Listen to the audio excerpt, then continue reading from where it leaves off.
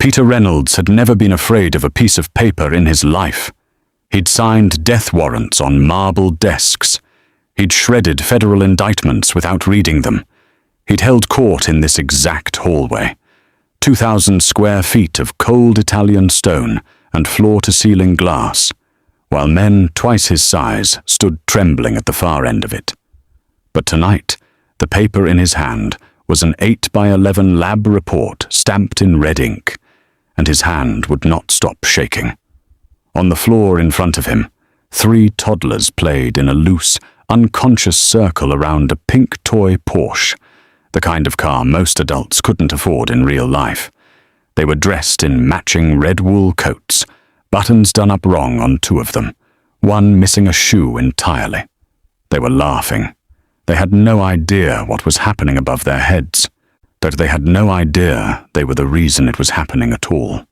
Peter had seen his own face in a mirror for 42 years. He knew the jaw.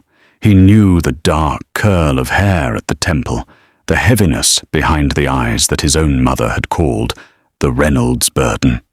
He knew it the way you know your own handwriting, not because you studied it, but because it lived inside you.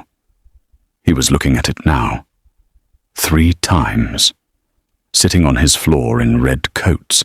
14 months old. Samantha was already on her knees. Not because he had put her there, but because her legs had simply stopped working the moment he walked in, holding that report. She had been his housekeeper for 16 years. She had cleaned the room where his father died. She had ironed the suit he wore to bury his wife.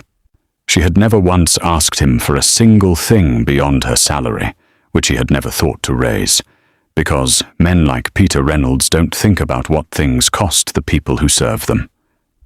She was 34 years old. She was a widow. Her husband had died in a car accident 3 years ago, the same year Dominic had told her that Peter wanted to give her something. A gift, Dominic had said. A silent act of protection for a grieving woman who had given the Reynolds family everything and asked for nothing. Peter doesn't like to be thanked for it, Dominic had said. That's the kind of man he is. She had believed it, because she had spent 16 years learning exactly what kind of man Peter Reynolds was, and a man who left fresh flowers on her late husband's grave every month without a word. Yes, but that was the kind of man she believed him to be. Sir. Her voice was barely above a whisper. Her hand was pressed flat against her mouth. Sir, I swear to you, I was told you knew. I was told you. Who told you? It wasn't a question. In Peter Reynolds's world, nothing ever was. The 3 boys on the floor looked up at the sound of his voice. The one in the center, the one who smiled the way Peter's own son smiled, wide and slightly crooked, reached up and held out a small plastic wheel from the toy car, offering it to no one in particular, the way small children offer things to the air. Peter stared at that tiny hand, at that particular smile. The lab report said 99.9%. When your most loyal employee steals your name, your blood, and your legacy, and gives it to the one person in your house who never wanted anything from you. Who, what exactly, has been betrayed? Subscribe now if you haven't, and let's get this story underway. The gathering was small by Peter Reynolds's standards, which still meant 1,200 square feet of the estate's west terrace, dressed in white linen and pale gold lighting, a custom birthday cake flown in from a patisserie in Lyon, and a string quartet positioned near the fountain, playing pieces that none of the 6 children present were old enough to appreciate. Luca Reynolds was turning 4.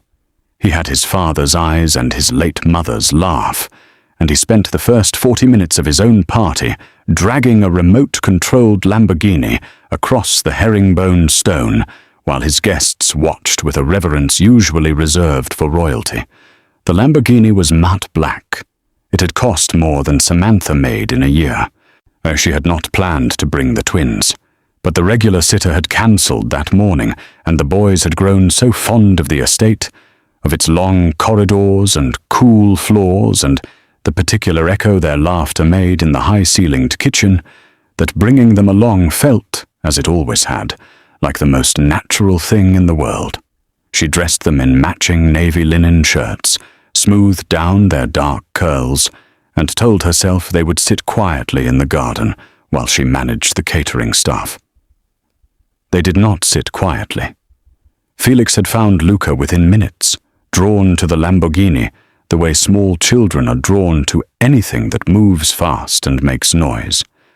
Remy had followed, as Remy always did, walking 2 steps behind his brother with that particular expression on his face. Brow slightly furrowed, the mouth pressed into a firm, unreadable line that Samantha had always attributed to his father's serious temperament. It was that expression that made Peter Reynolds stop walking.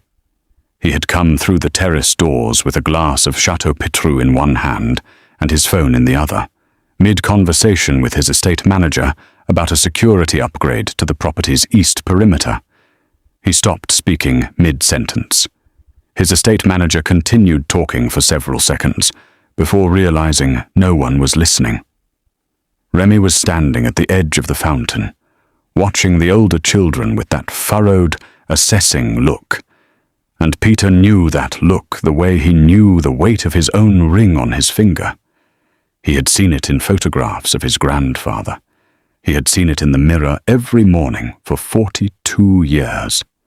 He had seen it, to most recently, in Luca, who was, at this precise moment, making the exact same expression at Felix from across the terrace. The 2 boys looked at each other. 2 different mothers. One face. Peter drank the rest of his wine without tasting it. He might have dismissed it. Bone structure was not evidence. Resemblance was not a confession. Had it not been for what happened 40 minutes later, when the kitchen staff brought out the small plates of strawberry tartlets that had been specially prepared for the children. They were made with a particular French cream, the same one the patisserie used in all their custom orders, the same one Luca's pediatrician had cleared after last year's reaction. Felix took 1 bite, then Remy. Within 4 minutes, both boys had the same raised flush across their cheekbones. Not severe, not dangerous, but identical and unmistakable. The same pattern that had sent Peter to 3 different specialists when Luca first presented it at 18 months. A rare sensitivity. Uncommon enough that 2 of the specialists had remarked on it as a genetic curiosity, something passed down through narrow bloodlines rather than acquired by chance. Samantha was already on her feet, already reaching for the antihistamine she kept in the inside pocket of her bag with the quiet preparedness of a woman who had long ago accepted that her sons were allergic to anything that came in a gold box. She did not look alarmed. She had seen this before. Peter watched her hands, steady, practiced, completely unaware of what she had just done to him. He looked at Luca, who was watching the twins with mild curiosity, for the Lamborghini forgotten at his feet. Then he looked at the twins. Then he looked at his son again. The string quartet shifted into something slower. A glass was refilled somewhere behind him. The evening continued as evenings do, indifferent to the quiet demolition happening inside one man's chest. He did not say anything. He refreshed the wine he had not finished, straightened his Brioni jacket, and smiled at the appropriate moments for the rest of the party. He kissed Luca good night at 8 o'clock, stood at the floor-to-ceiling window of his study, watching the last of the guests' cars disappear down the private drive, and then sat down at his desk. He opened his laptop. He pulled up the contact details for the private medical laboratory he used for estate staff background clearances. He did not sleep that night. The medical suite on the lower level of the estate had been built 3 years after Peter's wife was diagnosed with the condition that would eventually take her. He had spent $4 million on it without blinking. Imported imaging equipment, a sterile processing room with climate controls precise to a single degree, a consultation area furnished in pale grey cashmere and brushed steel that looked more like a luxury hotel suite than a clinical space. He had told himself at the time that it was practical, that a man in his position needed medical infrastructure on site, that it had nothing to do with the fact that watching his wife make the 40-minute drive to the hospital had made him feel, for the first time in his adult life, completely powerless. The suite had saved her life twice before it couldn't anymore. After that, he had closed the doors and not returned. He opened them again at 6:15 on a Tuesday morning, while the estate was still quiet and the housekeeping staff had not yet begun their rounds. He carried two things: a sealed sample collection kit from the laboratory contact he had reached the night before, and a thermos of single-origin coffee from the Hacienda La Esmeralda estate in Panama, the kind that cost more per gram than most people spent on a full week of groceries. He drank it, standing in the doorway of the processing room, looking at the equipment that had been maintained in his absence by a technician who came monthly without ever being told why. He had collected what he needed quietly and without ceremony. Toluca's sample had been simple, a routine wellness record already on file with the estate's private physician, updated just 6 weeks prior. The twins had been more delicate. Samantha had brought them to the estate's kitchen that morning, as she always did on Tuesdays, settling them on the wide wool rug near the fireplace with a set of wooden building blocks while she coordinated with the household chef. Peter had come through the kitchen once, briefly, with the practiced ease of a man who simply owned the room he was walking through. He had not stayed long. He had not needed to. By 7:30, the samples were logged. By 9, they were being processed through the suite's sequencing equipment, a model typically found in university research facilities and private biotech firms, not private residences. But Peter Reynolds had never seen the value in half measures. He did not watch the machine work. He went upstairs. He took a call from his legal team about a commercial property acquisition in Geneva. He reviewed the week's security rotation. He ate a breakfast he did not taste: soft eggs, shaved truffle, sourdough from the estate's own kitchen, at the long dining table, alone, with the morning light coming through the floor-to-ceiling glass and laying itself across the Calcutta marble in long white rectangles. He was a man who had built his life on the ability to remain composed while waiting for information he didn't want. The results were ready by early afternoon. The suite's system uploaded them to a secured private portal, encrypted, accessible only from his personal devices, now maintained by a cybersecurity firm that also handled the digital infrastructure of 2 sovereign wealth funds. Peter sat in the study, in the Hermes leather chair behind the desk that had belonged to his father, and opened the file. He had expected fraud. That had been the story he had been quietly constructing for the past 48 hours. Some form of elaborate manipulation, a paternity claim built on forged records, perhaps something Samantha had engineered with the help of someone who understood how DNA results could be presented deceptively to a man who trusted his own infrastructure.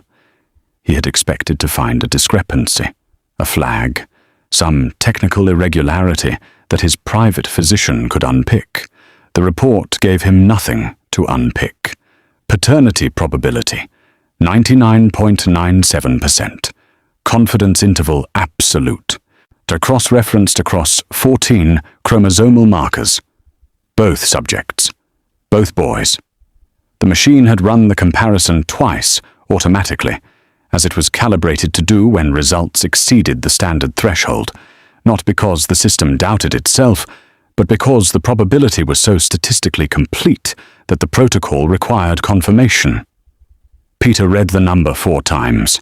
Then he set the tablet face down on the desk with the careful, deliberate movement of a man who doesn't throw things, because he had learned very early that men who throw things are men who have already lost control of the room. He stood. He walked to the window.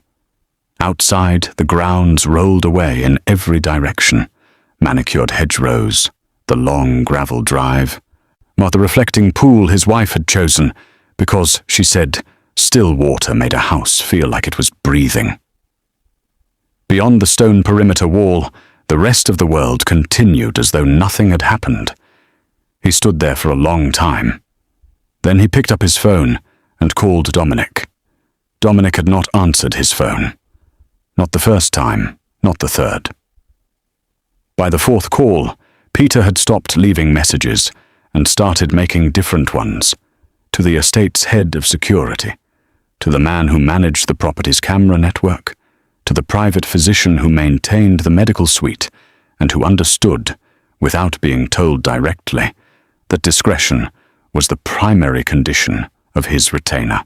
By the time Samantha arrived for her afternoon shift, the estate had the particular quality of stillness that precedes something irreversible, the kind of quiet that had nothing to do with peace.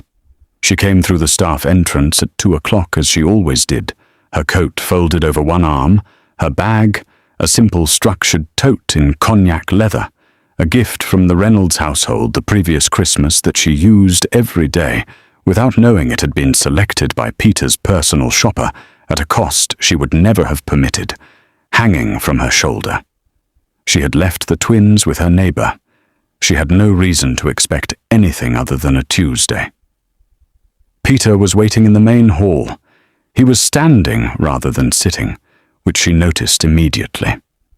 In 16 years, she had learned to read the architecture of his moods through small physical details, the set of his shoulders, the position of his hands, whether his jacket was buttoned. His jacket was buttoned. His hands were still. The DNA report was folded once and held at his side with the same controlled grip he used for documents he intended to act on. He said her name once. That was all it took. She stopped walking. Something in her chest recognized the weight in his voice before her mind had fully processed it, the way the body sometimes understands danger several seconds before the brain catches up. Her hand went to the strap of her bag. Her eyes went to the paper at his side. He unfolded it and held it out to her without a word. She did not need to read it. She could see the red stamp from where she stood. She had seen that same red ink in a different document 3 years ago. A medical consent form Dominic had passed across a clean white table in a private clinic on the north side of the city, at pointing to the signature line with a pen that caught the light in the way that expensive things do.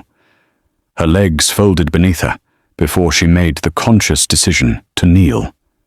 The marble floor of the main hall, imported Emperador dark, cool even through the fabric of her uniform, met her knees with a coldness she barely felt. She told him everything. It came out in the uneven, halting rhythm of a confession that had been held in the body too long, not because she had been hiding it deliberately, but because she had never once believed it required confession. Dominic had approached her 4 months after her husband's funeral. She had still been wearing her grief like a second skin then, moving through the estate with the mechanical precision of someone who had decided that work was the only reliable thing left. While Dominic had been kind, he had been careful. He had sat across from her in the estate's staff sitting room, the one with the original Hockney print on the wall and the cashmere throw folded over the armrest. And he had told her that Peter had noticed her sorrow, that Peter, in his way, wanted to do something that words couldn't accomplish. He had used that phrase specifically, in his way. She had understood it to mean everything she already knew about Peter Reynolds. The flowers on her husband's grave, the Christmas envelope that was always twice what it should have been, the quiet accommodations he made without ever drawing attention to them. A man who gave without needing to be seen giving. Dominic had explained the arrangement in careful, measured language. A private clinic, a procedure. Children she could raise as her own, with the silent knowledge that they carried a bloodline worth protecting. He had told her Peter couldn't acknowledge it openly. Not yet. Not while certain alliances within the organization remained unstable.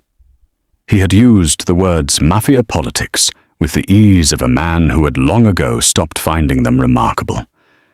He had told her that one day, when the time was right, Peter would find a way to make it formal. That she had his word on it. She had believed him because she had spent 16 years believing in the version of Peter Reynolds she had assembled through evidence, through small, unannounced acts of decency that a harder woman might have dismissed as coincidence. She had believed him because grief makes the mind reach for anything that feels like meaning. Peter had not moved while she spoke. He stood in the center of his own hall, on the floor his wife had chosen, in the house his father had built, and he listened to the story of how his name had been borrowed without his knowledge and given to a woman who had never asked for anything. When she finished, the silence was absolute. His voice, when it came, was very quiet. Who else knew? It was not a question about the past. It was the beginning of something else entirely. Peter did not sleep that night either.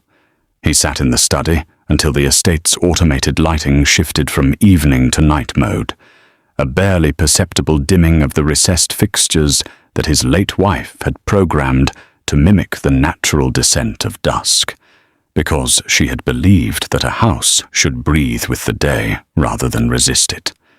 He had never changed the setting. He had never been able to bring himself to. At some point after midnight, he opened the lower drawer of the desk, the one with the Goyard document case his father had used before him, its chevron canvas worn soft at the corners, and removed a slim portfolio of records he kept separate from the estate's main filing system. Medical records? His own. The kind a man in his position maintained privately, rather than through any network that could be accessed, subpoenaed, or compromised. He had not opened this portfolio in over 2 years.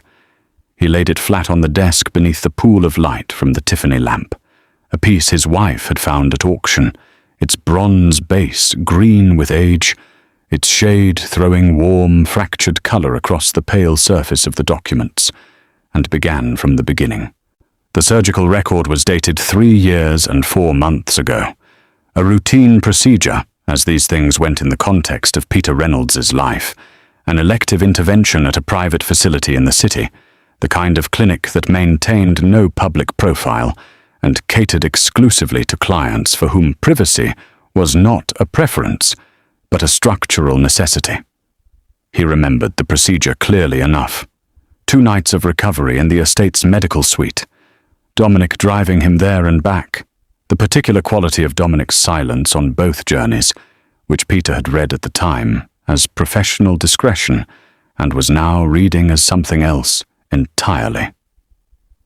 He turned pages slowly, the way a man reads when he already suspects what he will find, but needs the document to confirm it before he can act. The consent forms were in order. The surgical notes were in order. The post-operative summary was in order. He turned past 3 pages of clinical data, blood panels, anesthetic records, a typed summary from the attending physician in the precise, uninflected language that private medical documentation favored. And then he reached the appendix section, the administrative paperwork that clinics attached as a matter of protocol and patients rarely examined. The 4th page of the appendix was a biological transport authorization form. It was a standard document, a single page on the clinic's watermarked letterhead, a form used to authorize the transfer of biological material between a clinical facility and an external storage provider. The Reynolds estate maintained a private biological storage account at a specialist facility across the city. Again, the standard practice for a man of his means and his particular awareness of his own mortality. He had established the account years earlier, primarily as a provision for Luca's future medical needs. He had signed the original account documentation himself in this same study, with the same Mont Blanc pen that was sitting in its holder on the desk at this precise moment. He had not signed this form. He knew his own signature, the way he knew everything about himself that mattered, not through vanity, but through vigilance. The signature on the biological transport authorization form was close. It was genuinely close. Close enough that a junior administrator processing paperwork on a routine afternoon would have moved past it without hesitation. The loop of the capital P was slightly wider than his own. The terminal stroke of the final letter didn't carry the same downward pressure. Small things, the kinds of things that only mattered if you were looking. He was looking. He set the document flat on the desk and angled the lamp lower, the way a jeweler angles light over a stone he suspects has been treated.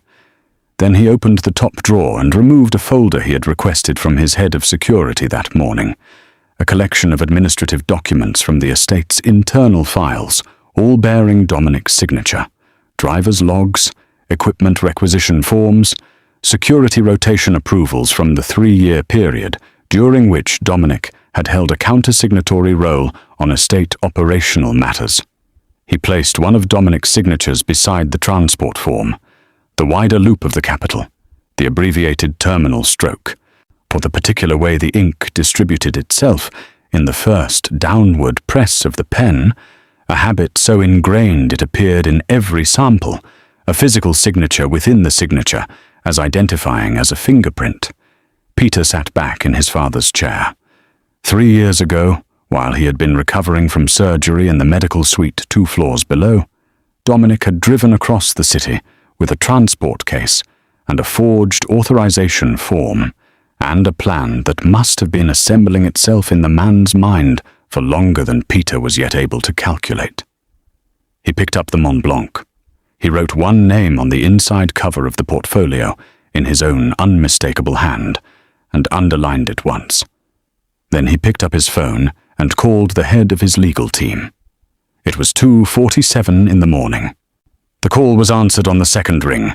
The legal team's response arrived by 6 in the morning, a sealed document, brief, delivered by private courier to the estate's staff entrance, the kind of pre-dawn service that cost a significant premium and was worth every penny of it. Peter read it at the kitchen island over a coffee he didn't finish. The brief laid flat beside a bowl of fruit he didn't touch, the house still quiet around him, in the particular way that large, expensive spaces are quiet, not empty, but held. The brief confirmed what his instincts had already told him. The biological transport authorization form, when measured against the chain of custody documentation from the storage facility, created a gap, a clean, deliberate gap, the kind that didn't happen through administrative error, but through administrative intention. And someone had moved material, logged it under a forged signature, and then constructed enough surrounding paperwork to make the gap invisible to anyone who wasn't specifically looking for it. It was careful work, patient work, the kind of work that required not only access, but time, and a detailed working knowledge of how the Reynolds estate's systems were structured. Peter closed the brief and began to look at Dominic differently, not as a man, but as a position, a set of access points, a key that had been cut over many years to fit more locks than it was ever supposed to open. He started with the security rotation files, which his head of security had sent overnight in a compressed, encrypted folder that Peter opened on the custom-built terminal in his study, a machine that existed on no external network, and maintained by the same cybersecurity firm that handled the estate's broader digital infrastructure. He went back 4 years and began reading forward. What he found was not dramatic. That was the first thing he understood, and it was the thing that disturbed him most. There were no large, obvious movements, no single moment of overreach that would have triggered a review. What there was, instead, was a slow and methodical expansion, so gradual that it had the appearance of natural professional growth rather than deliberate accumulation. In the first year of the period Peter reviewed, Dominic's access credentials covered the estate's vehicle management system, the staff scheduling platform, and the gatehouse security log, standard provisions for a senior driver with household coordination responsibilities. Unremarkable. And by the second year, those credentials had been quietly extended through a series of small administrative requests, each approved by a different member of the estate's operational staff, to include the external contractor management system, the medical suite's visitor log, and the secondary perimeter camera network covering the estate's north and east boundaries. By the third year, the year of the surgery, the year of the transport form, Dominic held counter-signatory authority on estate operational expenditure up to a ceiling that Peter, reviewing it now, recognized as having been set just below the threshold that would have required his personal approval. A ceiling that had been proposed, Peter now saw by Dominic himself, in a memo he had submitted to the estate manager with the language of modest administrative housekeeping. Peter leaned back in the Hermes chair and looked at the ceiling of his study for a long moment. He thought about the Bugatti Chiron that Dominic maintained as part of the estate's vehicle fleet, a car worth more than £2 million that Dominic serviced personally, claiming a specialist familiarity with its mechanics that Peter had never thought to question. He thought about the 12-camera security upgrade that Dominic had project managed 2 summers ago, recommending a particular installation firm overseeing the cabling work, signing off on the final placement of each unit. He thought about the fact that 3 of those cameras, the 3 covering the medical suite's external access points, had been repositioned during that upgrade to angles that, when Peter now reviewed the archived footage, created a narrow but consistent blind spot at the suite's staff entrance. Not a malfunction. A placement. He pulled the estate's communication logs next, internal messaging between senior staff, routed through the household management system. He was not looking for content. He was looking for pattern, volume, timing, duration. The way a cardiologist reads an ECG, not for individual beats, but for the rhythm beneath them. Dominic communicated with 3 members of the estate's operational staff at a frequency that had no reasonable professional justification. The estate manager, the overnight security supervisor, the administrator who processed routine medical and operational expenditure approvals. Each relationship, viewed in isolation, looked like collegial efficiency. Viewed together, across 4 years of time-stamped records, but they formed something else, a quiet infrastructure, a secondary nervous system running beneath the estate's official one, responsive to Dominic's needs rather than Peter's. He had not been driving cars. He had been positioning himself inside the machinery of the estate, the way a man positions himself inside an organization he intends, eventually, to control. Not by taking the top, but by making himself indispensable to every level beneath it. Peter picked up the Mont Blanc and opened a fresh page in the portfolio. He wrote the 3 names. He drew the lines between them. Then he sat very still in the morning light, in the house his father had built, and understood for the first time the full dimension of what had been growing inside it. The clinic occupied the upper 2 floors of a building in the city's financial district, the kind of address that announced its exclusivity through understatement rather than display. No signage beyond a brushed steel suite number beside a frosted glass door. No reception desk visible from the elevator lobby. A waiting area furnished in cream boucle and pale walnut, with a single oversized orchid in a matte ceramic vessel on the central table, and no magazines. Because the kind of clients this clinic served didn't wait long enough to need them. Peter had been here once before, 3 years ago, arriving in the back of the Bentley Mulsanne with Dominic at the wheel. He arrived this time in a car registered to a property management company that existed on paper and in a filing cabinet in his legal team's office. A slate grey Range Rover, unremarkable by the standards of this particular street, driven by a man from his security detail who understood that today he was not security. He was a driver, nothing more. Peter wore a wool overcoat in a dark charcoal he didn't own under his own name, purchased the previous afternoon through an intermediary. No jewellery, no Patek Philippe. The deliberate absence of the watch felt strange on his wrist in the way that the removal of armour feels strange, noticeable precisely because of what was no longer there. He did not go through the front entrance.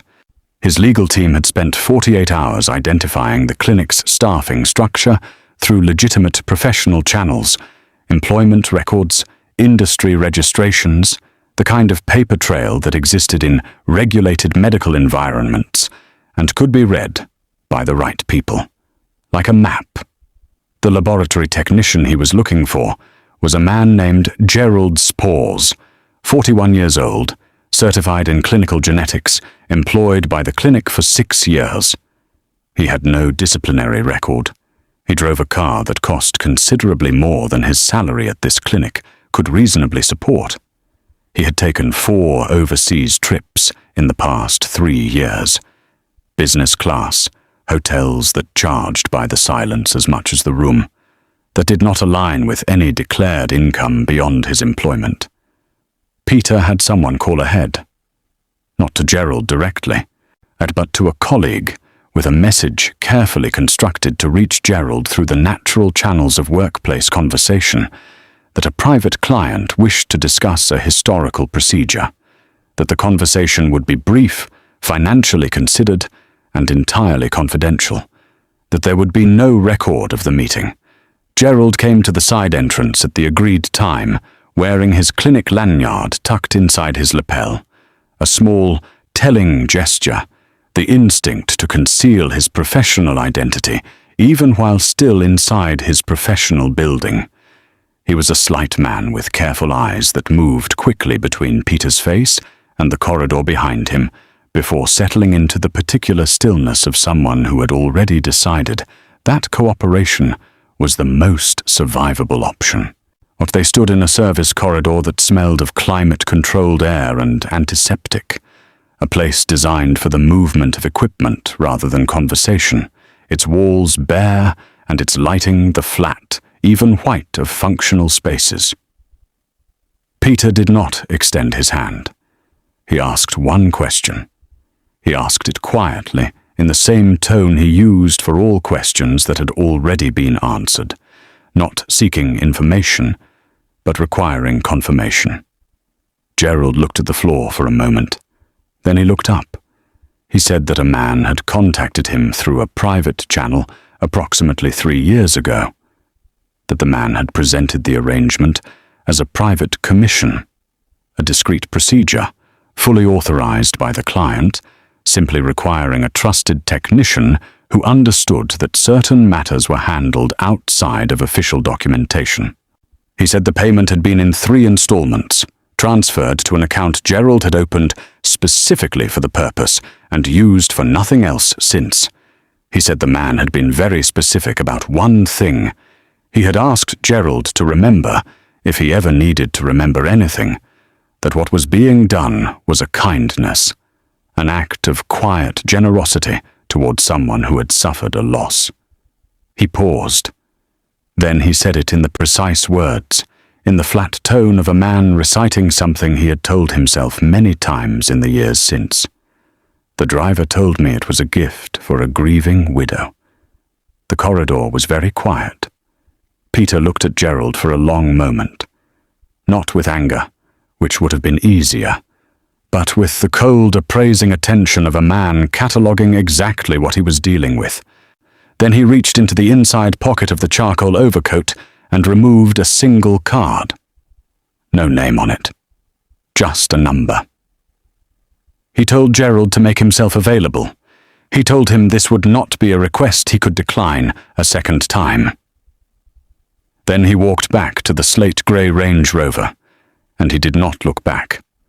Dominic had always been good at reading weather. It was the skill that had kept him alive in rooms where other men had not survived, the ability to sense the shift in atmospheric pressure before the storm made itself visible, to read the small, ambient signals that preceded consequence. A change in a schedule? A door closed that was usually open. A phone call that lasted 30 seconds when it should have lasted 5 minutes. He had been reading the estate's weather for 11 days now, and what he felt in it was the particular stillness that precedes something irreversible.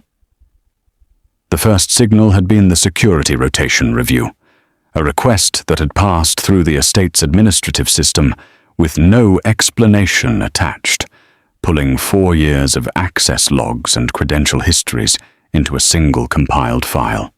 Dominic had a contact inside the operational staff who had mentioned it in passing over a brief exchange in the estate's garage, beside the Bugatti he no longer felt comfortable standing next to. The contact had not understood its significance. Dominic had understood it completely. The second signal had been the clinic. He had a peripheral connection there. Not Gerald directly, but someone adjacent to Gerald, or someone who moved in the same professional corridors and noticed when a man arrived through a side entrance in a coat that didn't belong to him, and left Gerald Spires with the particular expression of a person who has just had their future rearranged. That signal had reached Dominic within 24 hours. He spent 2 days running calculations with the cold efficiency of a man who had always known, somewhere beneath the surface of his long game, that this day existed, that it had always been a matter of when, rather than whether. The plan he arrived at was not elegant. Elegance had been the first 3 years. What this required now was not elegance but leverage, the oldest and most reliable currency in his world. He contacted Samantha on a Thursday afternoon through the personal number he had maintained for her since the beginning, but not the estate's staff communication system, which he now assumed was being monitored, but the number she had given him years ago when they were simply colleagues in the same household, 2 people navigating the particular intimacy of service in a wealthy man's home. He had always been careful to maintain that connection, that warmth, that history of small kindnesses offered without apparent agenda. He told her he was worried about her. He told her that Peter had been making inquiries, that the DNA results had opened something in the man that Samantha did not fully understand, and that Dominic, from his vantage point, had seen in Peter before. He chose his words with surgical precision, constructing a portrait of danger that was vivid enough to frighten, but vague enough to resist examination. But he told her that the twins needed to be somewhere safe while things settled. He told her he had arranged a property, a quiet place, well-resourced, comfortable, where she and the boys could stay until the situation resolved itself. He described it in terms that would appeal to a woman who had spent 16 years in other people's luxury without ever inhabiting any of her own. A private residence, fully staffed, everything provided. He told her he would come himself, in the Bentley, at 7 the following morning. What Dominic had not accounted for was the change that 11 days of truth had made in Samantha. She sat with the phone in her hand after the call ended, in the small sitting room of her modest terraced house, its walls hung with photographs of her late husband, but its surfaces covered in the careful accumulation of a life lived on a housekeeper's salary. And she did not move for a long time. On the floor in front of her, Felix and Remy were building something with wooden blocks, their dark curls bent toward the same task, their small hands working with the focused, unhurried confidence of children who have never yet been given a reason to feel unsafe. She thought about the way Dominic had said the twins need to be somewhere safe, the particular placement of that phrase, the way it had framed her boys not as children to be protected, but as objects to be relocated, She thought about the clinic's waiting room and the table she had sat across from Dominic at 3 years ago, and how fluent he had been in the language of Peter's generosity for a man who, she now understood, had never once acted on Peter's behalf. She picked the phone back up. She did not call Dominic. She called the estate. She asked for Peter. She was put through in under a minute, faster than she had ever been put through in 16 years of service. And when his voice came on the line, steady and quiet, and carrying that particular quality of attention that she now recognized as the most dangerous thing about him, she told him everything Dominic had just said. There was a brief silence on the other end. Then Peter said, "Keep the call. Tell him yes." The morning arrived grey and still, the kind of February cold that settled into stone and glass and stayed there. By 6:15, the street outside Samantha's house held 3 vehicles that had not been there the night before, none of them conspicuous, none of them connected to each other in any way that a passing eye would register. A slate-grey Range Rover, a dark saloon parked at the far end of the terrace, a third vehicle, unmarked, positioned at the junction where the street met the main road. Peter was not in any of them. Peter was already inside the estate. He had chosen the room deliberately, not the study, which carried too much of his own authority and might, in a strange way, offer Dominic the psychological comfort of familiar territory. Not the main hall. Instead, he used a meeting room on the estate's ground floor that had originally been built for operational briefings, a spare, functional space that stood in pointed contrast to the rest of the property's carefully considered luxury. A long table in pale ash, 6 chairs, a wall-mounted screen, a recessed lighting set to its flattest, most neutral register.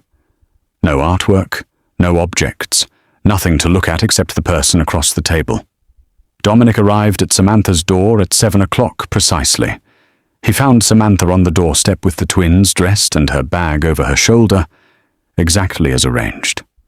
He found her composed in the way that people are composed when composure is the last task they have been asked to perform. He did not look closely enough to see the effort beneath it. He had always underestimated how much she had learned in 16 years of service about the discipline of keeping one's interior life invisible. He drove the Bentley Mulsanne, ivory over tan, to its cabin smelling of leather and the particular warm silence of a car that cost more than most people's houses, with the unhurried confidence of a man who believed he was controlling the morning. The twins sat in the back beside Samantha, Felix pressing his palm flat against the cold window glass, Remy leaning into his mother's side with the boneless ease of a child who trusts completely in the person holding him. They turned through the estate's main gate at 7:22. Dominic understood what had happened approximately 4 seconds after the gate closed behind them. In the moment he registered the configuration of vehicles in the courtyard, the positions of the men standing near them, and the particular quality of the silence that greeted the Bentley's arrival. Not the silence of an empty morning, or the silence of a room in which everyone is already in position. He was taken to the ground floor meeting room with the kind of firm, wordless efficiency that left no space for objection. Samantha and the boys were taken separately, guided by a woman from the household staff toward the East Wing's sitting room, where a breakfast had been laid on the low table and the underfloor heating had been turned up, and 2 sets of wooden toys had been placed on the rug in front of the fireplace. Peter was already seated when Dominic was shown in. He did not stand. He did not speak immediately. He allowed the room to do its work. The flat light, the bare walls, the table between them as clean and unadorned as a verdict. Then he reached forward and pressed a single key on the laptop open in front of him. The wall screen came to life. A clinic security footage, time-stamped 3 years and 4 months ago. A side corridor, a service entrance, a man in a dark coat carrying a temperature-controlled transport case of the kind used for biological material. The footage was crisp. The private security firm that had retrieved it had done so through channels that Peter had no interest in explaining to anyone in this room. The man in the footage was unmistakably Dominic. Peter let it run for 40 seconds. Then he closed the laptop. He spoke for less than 3 minutes. He described the forged transport authorization form. He described Gerald Spires and the 3 installments and the business class flights. He described the secondary infrastructure Dominic had built inside the estate's operational systems over 4 years. The access credentials, the camera placements, or the counter-signatory authority accumulated one small administrative request at a time. Then he mentioned the accounts. He named 3 of them, jurisdictions in 2 different territories, account numbers his financial team had identified through a process Dominic had apparently believed was untraceable. He stated, in the same level tone he had used for everything else, that all 3 had been frozen as of 6 o'clock that morning, pending a formal review that would be conducted by people who reported exclusively to Peter. The arrogance went out of Dominic's face the way heat leaves a room when a window is opened. Not all at once, but completely, and with a finality that made the air feel different. His hands, which had been resting flat on the pale ash table with the studied composure of a man who had rehearsed this moment, moved slightly, a small, involuntary withdrawal, the first honest thing his body had done in years. Peter watched it happen. He did not look satisfied. He looked like a man completing a task that had needed completing, precise and entirely without pleasure. He picked up the Mont Blanc from the table in front of him, clicked it once, and set it down again. "Now," he said quietly, "you're going to tell me who else knew." The paperwork arrived on a Friday morning, 3 weeks after Dominic had been taken from the ground floor meeting room by 2 men who did not work for any organization that filed public records. 3 weeks during which the estate had continued its routines with the quiet persistence of a well-run household. Meals prepared, rooms maintained, Luca driven to his nursery program and collected again, while beneath those routines, Peter's legal team worked with the focused efficiency of people billing at a rate that made urgency a professional obligation. Samantha had not returned to her duties as housekeeper. Peter had not asked her to. She had continued coming to the estate each day, not through the staff entrance, but through the main gate, a distinction that had required no announcement and no explanation, simply a call to the gatehouse the morning after the Bentley had pulled into the courtyard, a change logged in the access system, a door that now opened differently for a woman who had always deserved a different door. The East Wing sitting room had become, without any formal declaration, the room where she spent her mornings. It had good light and underfloor heating, and a low bookshelf that Felix and Remy had colonized entirely, reorganizing its contents with the cheerful disregard for category that characterized everything they did. Someone had placed a cashmere blanket over the arm of the chair nearest the window, a gesture so quiet and so considered that Samantha had sat with it, folded in her lap for a long time, the first morning she found it there, not quite able to speak. Peter came to her on the Friday morning, carrying a leather document folder, the Goyard case from his study, its worn corners softened by decades of use, and set it on the low table between them with the same deliberate care he applied to everything that mattered. He sat in the chair across from her. Outside, through the tall windows, of the estate's grounds held the last of the winter light, pale and even across the stone and the bare hedgerows and the still surface of the reflecting pool. He opened the folder and turned it toward her. The documents were formal and precise, the considered language of legal instruments designed to outlast the people who signed them. Adoption papers, A name change application.